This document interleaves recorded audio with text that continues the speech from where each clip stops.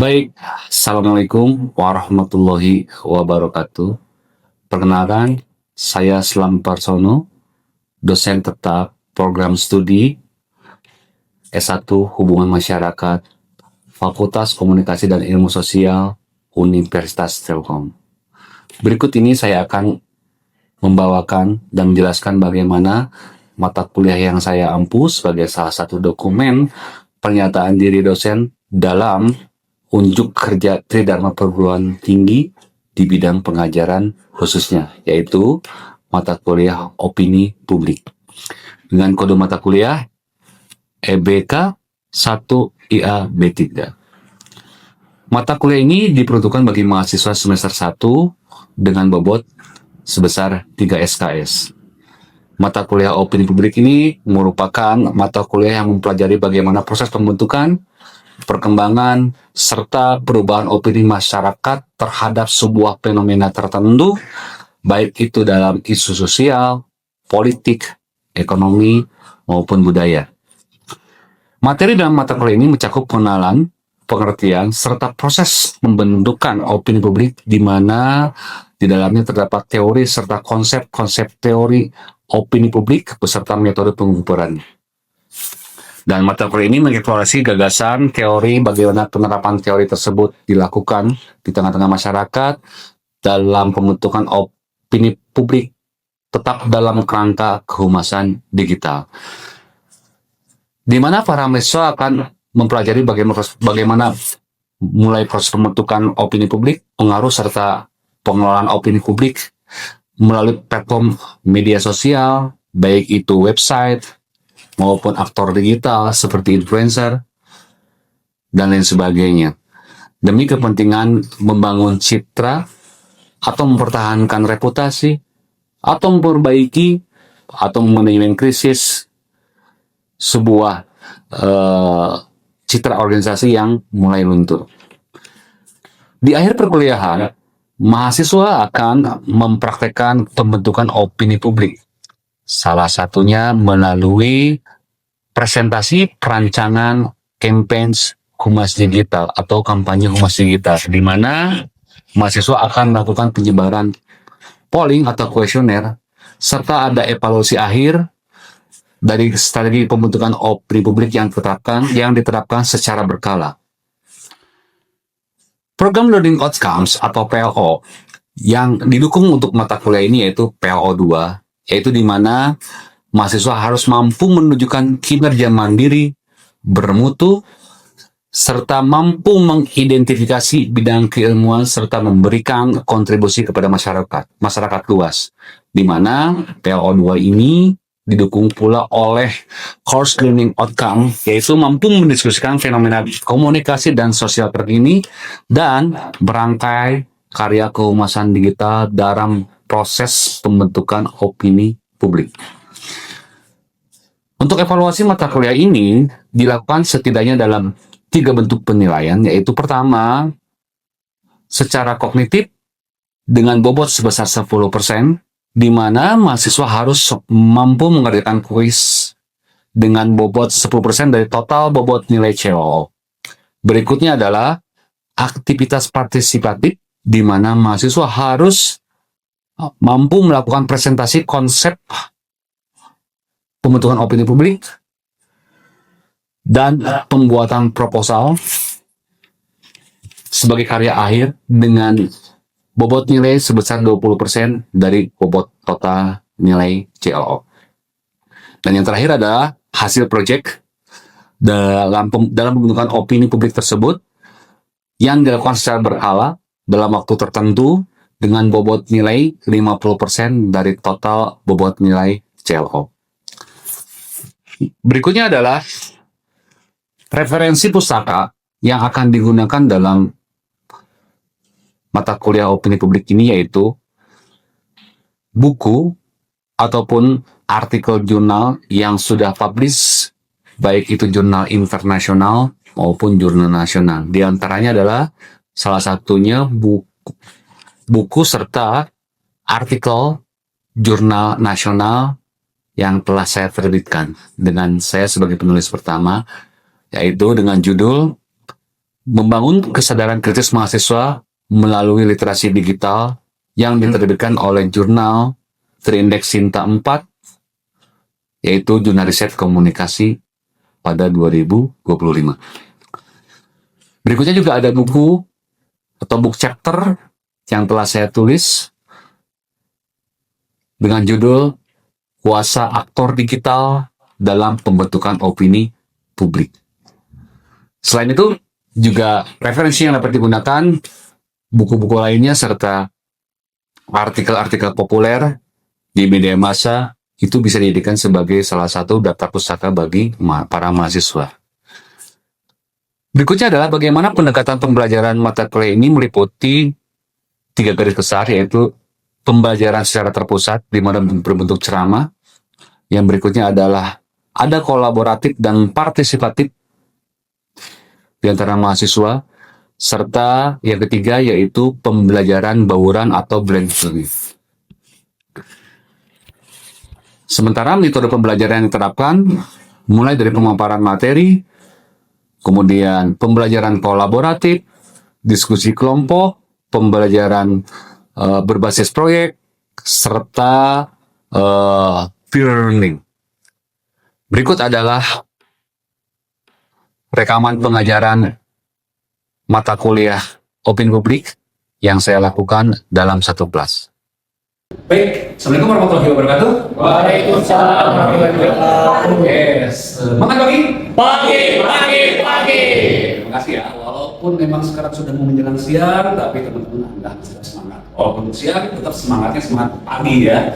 Baik teman-teman, ketemu lagi dengan saya di mata kuliah dengan tema yang berbeda. Hari ini kita akan berbicara terkait dengan opini publik dan kehumasan di era digital. Ya, seperti teman-teman kita ketahui bahwa berbicara soal opini publik, kehumasan, branding dan lain sebagainya itu ada di kehidupan kita sehari-hari. Terlebih di media sosial seperti hari ini, ya, yang luar biasa gencarnya informasi. Ibaratnya kita semacam tsunami informasi, gitu ya, bisa dibilang seperti itu. Setiap orang bisa memproduksi bahkan pesan atau menerima pesan tersebut. Nah, ini soal apakah pesannya itu hoax atau palsu atau bahkan disinformasi, gitu ya. Ini yang jadi persoalan di tengah-tengah masyarakat. Nah, pentingnya opini publik dan bagaimana cara kehumasan untuk manage itu semua sangat penting bagi kita sebagai kaum terdidik untuk mengetahui ternyata komunikasi publik, ya, atau public speaking itu penting, sangat penting, terlebih untuk membangun reputasi perusahaan atau lembaga atau mungkin bangun branding kita sendiri, branding personal kita sendiri seperti apa. Jadi komunikasi itu sangat penting. Nah, apa yang dimaksud dengan opini publik? Kira-kira siapa berpendapat? Boleh, bagaimana? Coba. Menurut saya itu bagaimana cara sudut pandang publik itu sendiri, bagaimana dari masyarakat luas pun beranggapan bahwanya ada sudut pandang dari dalam hati mereka sendiri. Oke, baik. Dengan nama siapa? Odo. Oh, Odo, baik. Terima kasih ya, Odo ya. Jawaban yang baik sekali. Ada pendapat lain yang mungkin bisa berbeda? Silakan. Boleh. Satu lagi ya. Menurut saya sendiri opini publik itu salah satu pandangan dari beberapa masyarakat luas yang memang lebih dari satu pandangan, bisa dari sisi kanan ataupun sisi kiri gitu. Oke, baik. Terima kasih. Dengan siapa nih? Adin. Oh, Adin, siap. Jawaban yang sangat baik jawabannya. Adin katakan bahwa opini publik adalah salah satu pandangan dari masyarakat luas tentang suatu hal, ya, baik yang sedang terjadi maupun yang akan terjadi. Biasanya prediksi dan sebagainya, gitu ya. Atau bahkan mungkin yang sedang viral, gitu ya, seperti itu. Baik, secara garis besar kita bisa katakan dan kita akan sepakat bahwa opini publik adalah pandangan kolektif daripada masyarakat. Nah, kita lihat ya, seperti apa pandangan kolektif ini. Baik, opini publik merupakan ekspresi kolektif masyarakat terhadap sebuah isu, terbentuk melalui komunikasi dan interaksi sosial dan bersifat dinamis dan kontekstual, juga dipengaruhi oleh media dan struktur kekuasaan. Kenapa harus ada struktur kekuasaan dan kenapa juga harus ada terbentuk melalui komunikasi, interaksi sosial dan bersifat dinamis serta kontekstual? Baik, berbicara soal opini publik, berarti bicara soal orang banyak, kolektif. Sudah bukan lagi sekedar pendapat, tapi juga ekspresi kolektif. Ekspresi itu bisa dengan apa? Dengan cara berpikir melalui ucapan ataupun merasakan seperti itu, ya, merasakan seperti itu. Yang mungkin perasaan-perasaan itu dan pemikiran itu pasti akan berbeda di antara masyarakat. Ya, kan suka ada istilah apa? No viral, no justice, gitu ya. Kalau nggak viral, maka tidak ada keadilan hari ini. Meskipun banyak yang beranggapan pula bahwa nggak selamanya no viral, no justice. Ternyata keadilan itu masih bisa ditegakkan jika memang semua struktur kekuasaan, baik itu struktur kekuasaan, aparatnya ataupun masyarakatnya sadar terhadap hukum, gitu kan. Nggak mesti viral dulu nih, gitu. Nah, jadi banyak contoh kasus yang terjadi di tanah air kita di Indonesia, misalkan ya, contoh tentang misalkan dulu sempat ada apa namanya pasangan suami istri menggunakan sepeda motor, bapak-bapak dan ibu-ibu, kemudian apa namanya ibunya istrinya itu dibegal ya, atau dijamret ya, dijamret.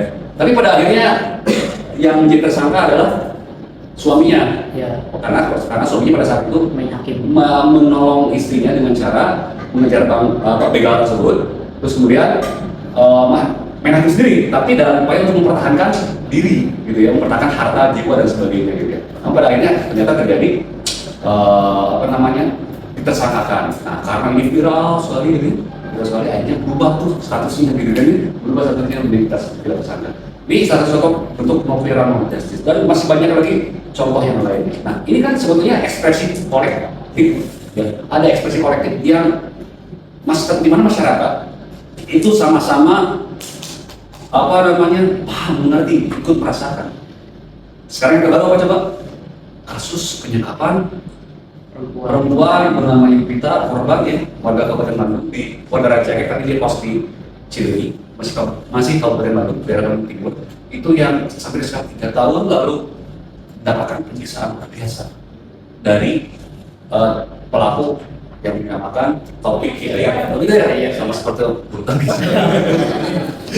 tapi bukan Taufik Hidayat yang maksudnya.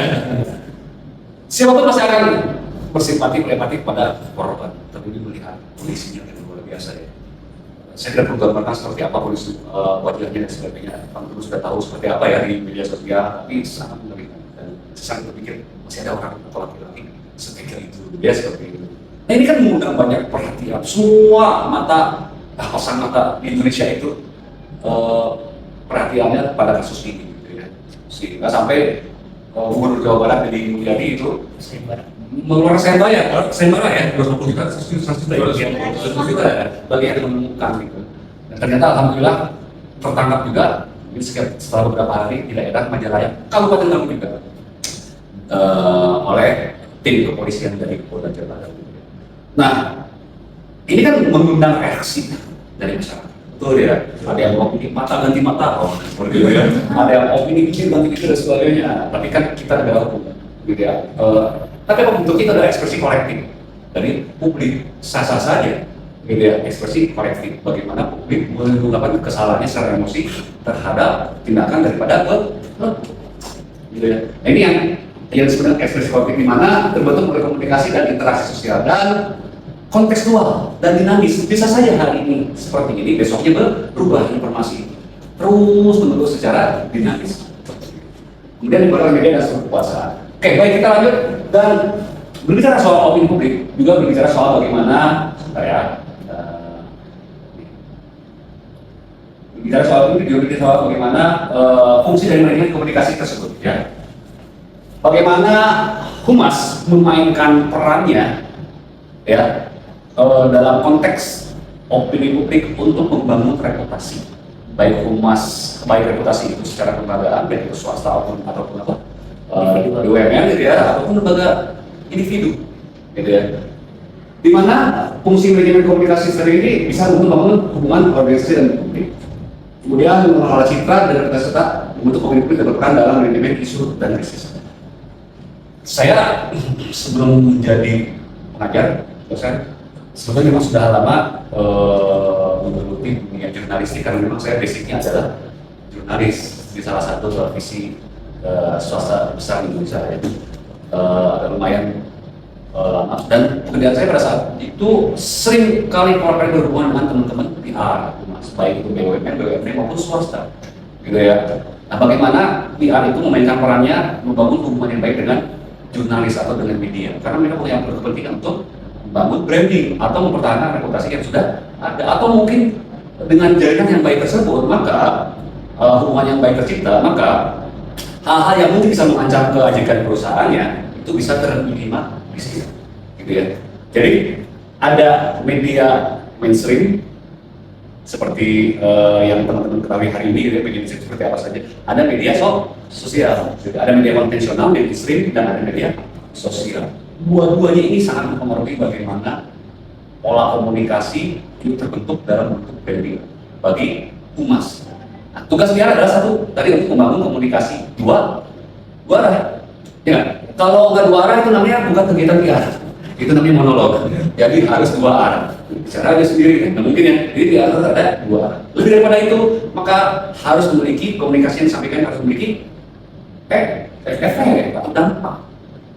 Kemudian ada perubahan bagi si audiens. Perubahan itu mencakup tiga biasanya. Ada yang perubahan secara kognitif, di mana orang yang tidak tahu menjadi tahu, di mana orang yang tidak pintar menjadi cerdas, sudah secara kognitif. Ada perubahan secara behavioral atau perilaku, dari yang tadinya misalkan enggan ke masjid menjadi sering ke masjid, gitu ya, kan sama tuh. Dan ada juga yang memang perubahan secara afeksi atau perasaan, terbawa nangis, gembira, dan sebagainya. Nah, itu salah satu indikator ketika komunikasi itu berhasil. Dan humas harus memainkan perannya di situ, gitu ya. Apalagi humas pemerintahan, ya, gitu ya, harus memainkan perannya bagaimana menjadi memberikan komunikasi yang baik terhadap publik. Kemudian membangun hubungan organisasi dan publik. Kemudian adalah mengelola citra, reputasi, dan opini publik. Nah, ini yang paling sulit. Di era hari ini, disrupsi informasi yang luar biasa hebatnya. Kadang kita tidak mengetahui mana yang hoax, mana yang benar, atau mana yang disinformasi, Pak. Kan perbedaannya tipis. Hoax itu bisa dikatakan adalah informasi palsu. Lebih dalamnya lagi, ada yang disebut dengan disinformasi. Disinformasi itu adalah informasi yang memang dibuat sengaja untuk menyesatkan. Jadi perbedaan antara hoax dan disinformasi itu letak perbedaannya ada pada intensi atau yang disebut dengan niat. Kalau dasar niatnya memang untuk menyesatkan, maka informasi yang disebarkan itu memang untuk menyesatkan audiens dengan tujuan tertentu. Contoh misalnya black campaign, kampanye hitam, misalnya seperti itu ya. Misalkan dengan membongkar keburukan pihak lain tanpa data atau hanya berasumsi dan tanpa data verifikasi yang kuat. Tujuannya karena memang agar pihaknya itu menang, gitu, seperti itu ya. Nah, maka disesatkan misalnya seperti itu. Nah, kalau hoax kadang-kadang kita pun menjadi korbannya juga tanpa sadar. Kita tidak tahu ini cerita berita hoax, tapi karena tidak tahu dan menarik, akhirnya kita ikut share ya, seperti itu ya. Maka pentingnya sebuah literasi digital itu di situ, gitu ya. Bahwa kita harus cerdas dalam memilah informasi. Baik, berikutnya adalah berperan dalam manajemen isu dan krisis itu. Tentu bagaimana humas memiliki peran yang baik dalam komunikasi yang baik untuk mencegah krisis. Terlebih informasi atau opini yang terjadi di publik itu memiliki kekuatan yang sangat besar, gitu ya. Mungkin bisa menjatuhkan atau bahkan mungkin membangun reputasi yang baik. Ya. Nah, kesemua itu kalau kita lihat ada yang kita sebut dengan aktor digital. Pernah dengar? Aktor digital itu adalah ada yang disebut dengan influencer, ada yang disebut dengan buzzer, ada yang disebut dengan KOL atau Key Opinion Leader. Siapa? Adalah orang-orang atau pihak-pihak yang memiliki keahlian di bidang tertentu, yang dimana memiliki kapasitas untuk berbicara soal isu tersebut. Misalkan ahli ekonomi, maka kita akan berbicara kepada orang ahli ekonomi untuk berbicara soal ekonomi atau soal lembaga dan sebagainya, daripada orang budaya misalnya seperti itu ya. Baik, Tiba saatnya mungkin karena materi ini pasti akan banyak dan akan lebih asik lagi kalau kita interaksi ya. Silakan. Ada yang ditanyakan lagi deh tentang mana? Boleh dari sini deh. Oke, mungkin dari saya Pak ya. Adin nih. Adin. Siapa Adin? Oke, perkenalkan aku Adin Pak. Jadi dari Bapak menjelaskan dari di awal banget ya tentang pemasaran opini publik dan hingga saat ini diteruskan flow of communication. Ya. Mungkin ini ranahnya lebih ke pendapat Bapaknya. Ya. Gitu.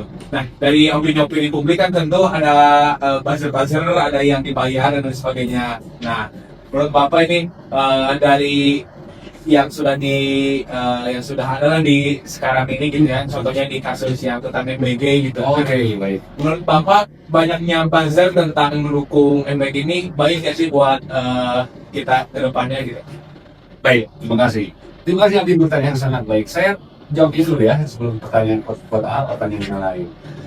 Adin bertanya bagaimana dengan kondisi hari ini. Contoh kasus misalkan buzzer, kalau buzzer yang berbicara soal MBG, mungkin baik yang mendukung ataupun yang menolak MBG. MBG itu adalah makan bergizi gratis program unggulan pemerintahan Prabowo Subianto dan Gibran hari ini gitu ya. Baik. Tempo hari saya kemudian pembicaraan dalam sebuah kegiatan yang disebut dengan PROPU. Kemudian ada satu mahasiswa juga sama bertanya seperti itu.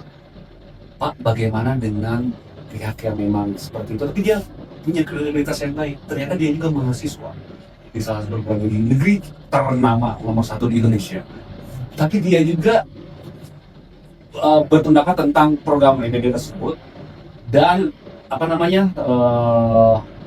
menyetujui atau mendukung gitu. Nah, bagaimana nih sekarang bahasa-bahasa dan sebagainya? Bahwa terjadi pro kontra, terjadi konflik dan sebagainya adalah sebuah hal yang lumrah di dalam demokrasi kita tadi, gitu ya, di dalam demokrasi. Tapi yang menjadi tidak wajar itu manakala ketika masing-masing pihak itu sampai fisik, misalnya seperti itu ya, contoh atau bahkan terlibat syarat misalkan ya, mendiskriminasikan dan sebagainya, itu yang tidak boleh. Tapi selama dalam bingkai diskusi yang baik gitu ya, dan tanpa tekanan dari pihak manapun ya, maka akan terjadi aktivitas yang baik pula. Habermas, kalau Habermas itu jadi Habermas dalam suatu buku mengatakan bahwa opini atau diskursus akan terjadi secara baik di masyarakat manakala masing-masing pihak itu tidak mendapat tekanan atau pressure dari atas sebuah kekuasaan tertentu dan dilakukan di arena terbuka atau yang disebut dengan public sphere yang saya sebut. Di mana arena terbuka? Media sosial, ya, di televisi yang semua bisa mengaksesnya. Itu harus katakan dulu. Setiap orang memiliki hak untuk berbicara berpendapat di publik terbuka, di ruang terbuka, di arena terbuka, dan menggunakan kajian-kajian yang logis, gitu ya, tanpa pressure atau tanpa tekanan dari pihak mana, baik dari kekuasaan atau lain. Maka akan terbentuk opini-opini yang baik. Nah sekarang kita lihat dulu nih, sudah seperti itukah kita hari ini, misalnya seperti itu ya?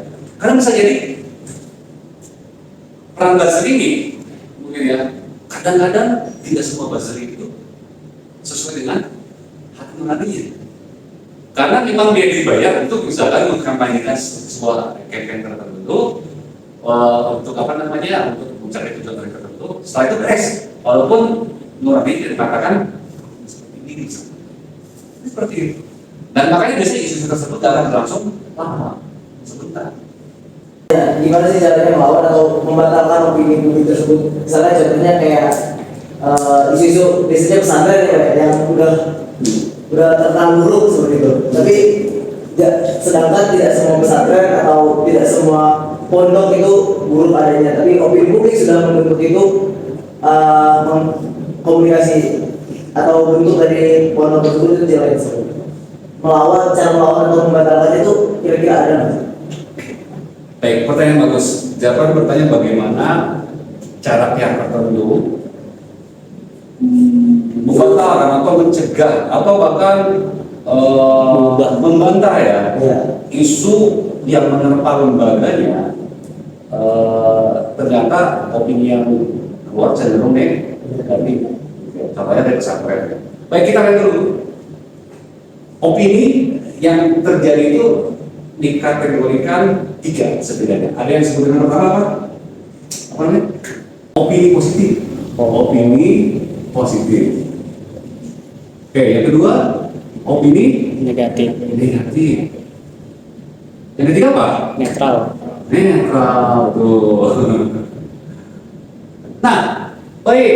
Kemudian tindakan pun ada yang disebut dengan preventif. Apa lagi?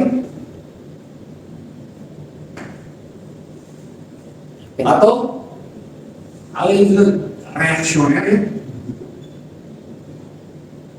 Atau memang yang terjadi secara sistematis misalnya, sistematis atau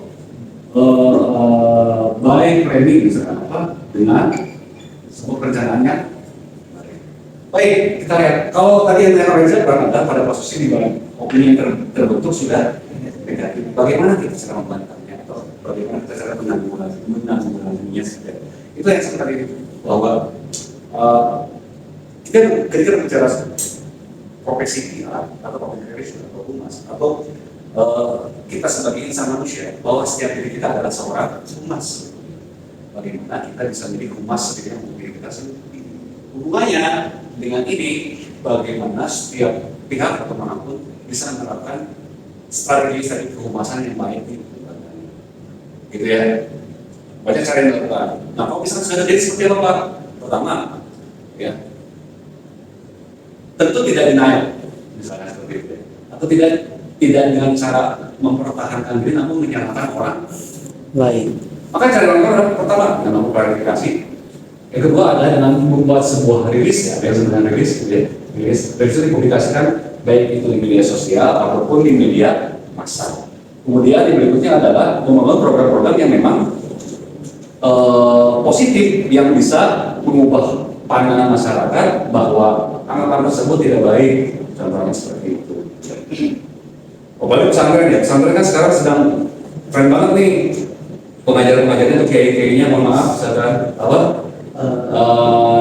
namanya sering melakukan apa namanya tindakan seksual, kekerasan seksual dan sebagainya gitu kan ya. Itu kan juga sama mencoreng bukan citra pesantren juga institusi apa institusi pesantren secara keseluruhan gitu ya.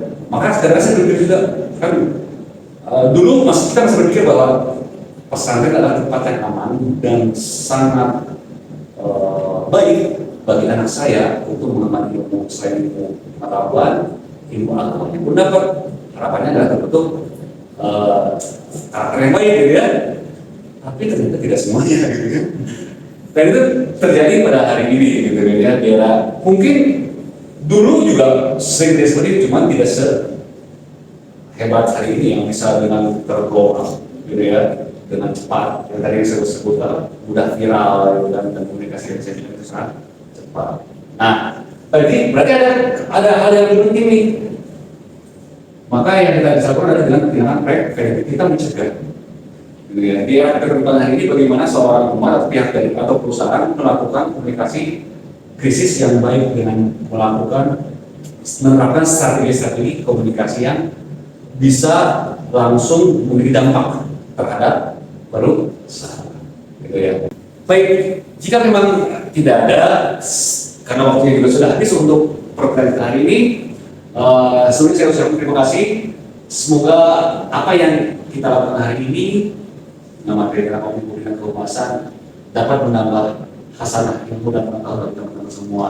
Dan juga mudah-mudahan juga bisa menjadi penuntun lah bagi teman-teman untuk lebih aware terhadap lingkungan sekitar dan selalu meningkatkan literasi digital kita, terutama bagaimana berkomunikasi publik secara baik, apalagi di media sosial. Terima kasih ya. Assalamualaikum warahmatullahi wabarakatuh. Waalaikumsalam.